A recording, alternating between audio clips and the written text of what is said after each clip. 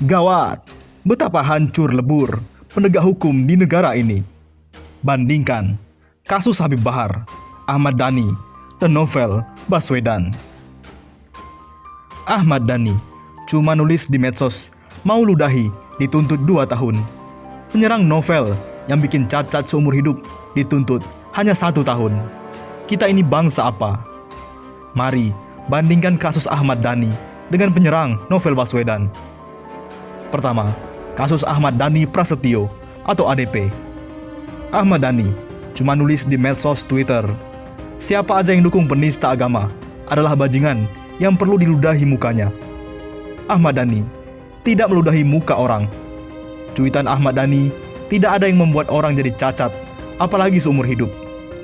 Cuitan Ahmad Dhani tidak ditunjukkan pada orang tertentu. Ahmad Dhani lalu dituntut 2 tahun penjara. Ahmad Dhani kemudian divonis 1,5 tahun oleh PN Jakarta Selatan. Kasus kedua, penyiraman Novel Baswedan. Pelaku melakukan penyerangan dengan air keras, mengakibatkan Novel Baswedan cacat matanya seumur hidup. Pelaku sengaja menarget Novel Baswedan. Pelaku cuma dituntut 1 tahun penjara. Entah nanti divonis jadi berapa. Dan kasus Ahmad Dhani ini tidak hanya menimpa Ahmad Dhani. Beberapa kalangan oposisi mengalami nasib serupa, seperti John Ruh, Buniyani, Ustadz Alfian Tanjung, dan yang terbaru, Ruslan Buton. Di sisi lain, ex-KPK bandingkan Habib Bahar divonis 3 tahun, penganiayaan Novel hingga cacat cuma 1 tahun. Mantan Komisioner Komisi Pemberantasan Korupsi KPK Jilid 4 Laude M. Syarif menilai tuntutan 1 tahun terhadap 2 terdakwa penyiraman air keras Novel Baswedan tidak bisa diterima oleh akal sehat. Laude bahkan membandingkan tuntutan rendah 2 terdakwa yang merupakan anggota Polri aktif dengan Habib Bahar bin Smith yang terjerat kasus penganiayaan. Diketahui, 2 terdakwa Rahmat Kadir Mahulete dan Roni Bugis dituntut dengan pidana 1 tahun penjara. Mereka berdua dianggap terbukti melakukan penganiayaan berat terhadap Novel. Sementara Bahar divonis 3 tahun penjara dan denda 50 juta rupiah subsidiar 1 bulan kurungan. Tuntutan itu tidak dapat diterima akal sehat. Bandingkan saja dengan penganiayaan Bahar bin Smith yang korbannya tidak cacat permanen, dan bandingkan dengan Novel yang kehilangan mata permanen, kata Laude Jumat 12 Juni. Ia menambahkan, tuntutan jaksa terhadap kedua terdakwa menunjukkan negara telah abai terhadap komitmen pada konvensi PBB anti korupsi.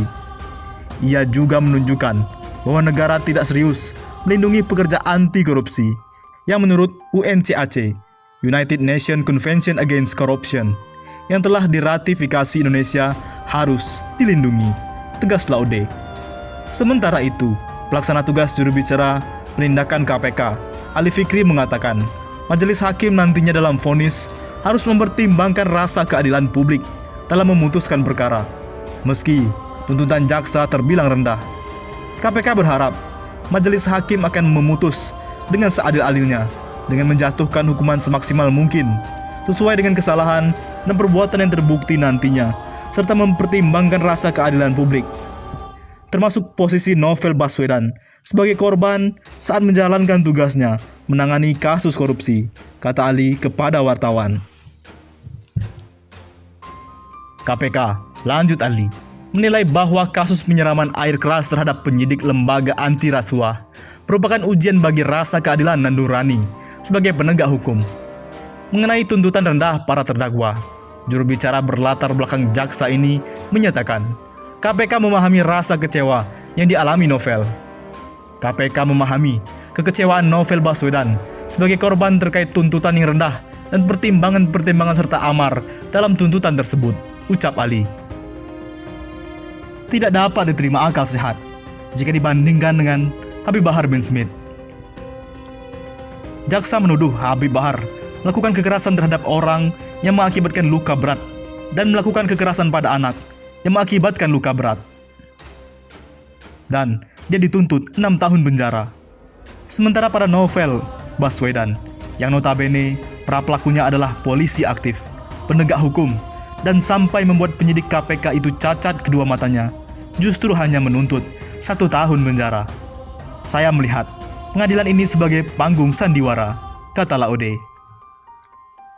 Penulis novel terkenal, Terelia turut mengomentari kasus penyerangan novel Baswedan, di mana pelaku yang merupakan anggota Polri cuma dituntut 1 tahun penjara. Tuntutan 1 tahun kepada pelaku penyiraman air keras atas novel Baswedan adalah bukti kesekian betapa hancur lebur penegakan hukum di negeri ini, kata Terelie. Kenapa begitu rendah? Karena menurut jaksa penuntut tidak ada unsur kesengajaan. Epik sekali argumennya, ujar penulis novel Negeri Para Pedebah ini. Terelie menyoroti kepemimpinan negeri ini yang cuma sibuk pencitraan. Negeri ini dipimpin oleh orang-orang yang hanya sibuk mengurus pencitraan. Untuk besok lusa, anak, menantu. Keluarganya sibuk berebut menjadi pejabat. Untuk kemudian, pemujanya berbaris menciumi pantatnya. Sepertinya penegakan hukum bukan urusan mereka. Lanjut Terelie. Jika novel Baswedan itu adalah ayah kalian, kakak kalian, anak kalian, paman kalian, teman kalian, kalian mungkin baru akan sungguh merasakan kezoliman luar biasa. Dia melawan korupsi loh, dan dia kehilangan matanya. Tidakkah hati kalian tergerak minimal memberikan dukungan? Bahkan, saya yang bukan siapa-siapanya novel Baswedan, nyaris setiap bulan memposting soal dia ini. Karena saya rindu negeri ini, bersih dari koruptor, penjilat, oportunis, orang-orang yang bergaya siap mengabdi pada bangsa dan negara, tapi sejatinya parasit bagi negeri ini, ujar Terelie memungkasi tulisannya.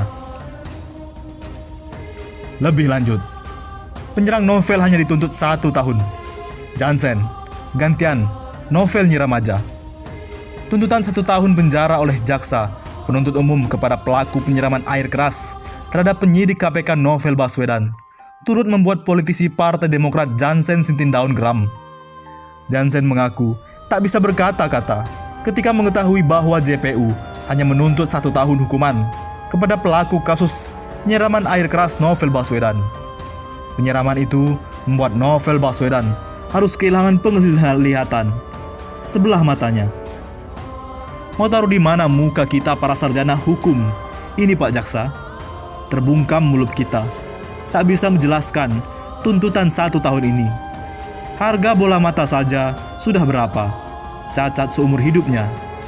Belum geger nasionalnya bertahun-tahun, dan lain-lain. Lama-lama orang berpikir lebih baik gantian, novel nyiram saja. Tulis Jansen melalui Twitternya seperti dikutip pada Jumat 12 Juni.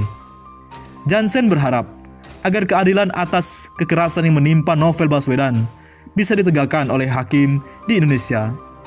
Sebagai seorang sarjana hukum, saya selalu percaya keadilan itu hidup dan ada di pengadilan.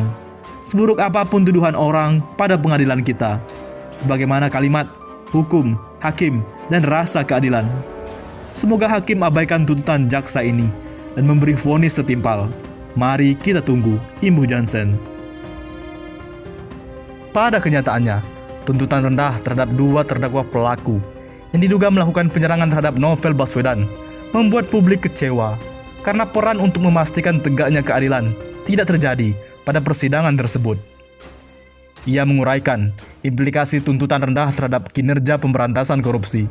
Pertama, berdampak pada tidak ada perlindungan terhadap pekerja yang memiliki tugas memberantas korupsi.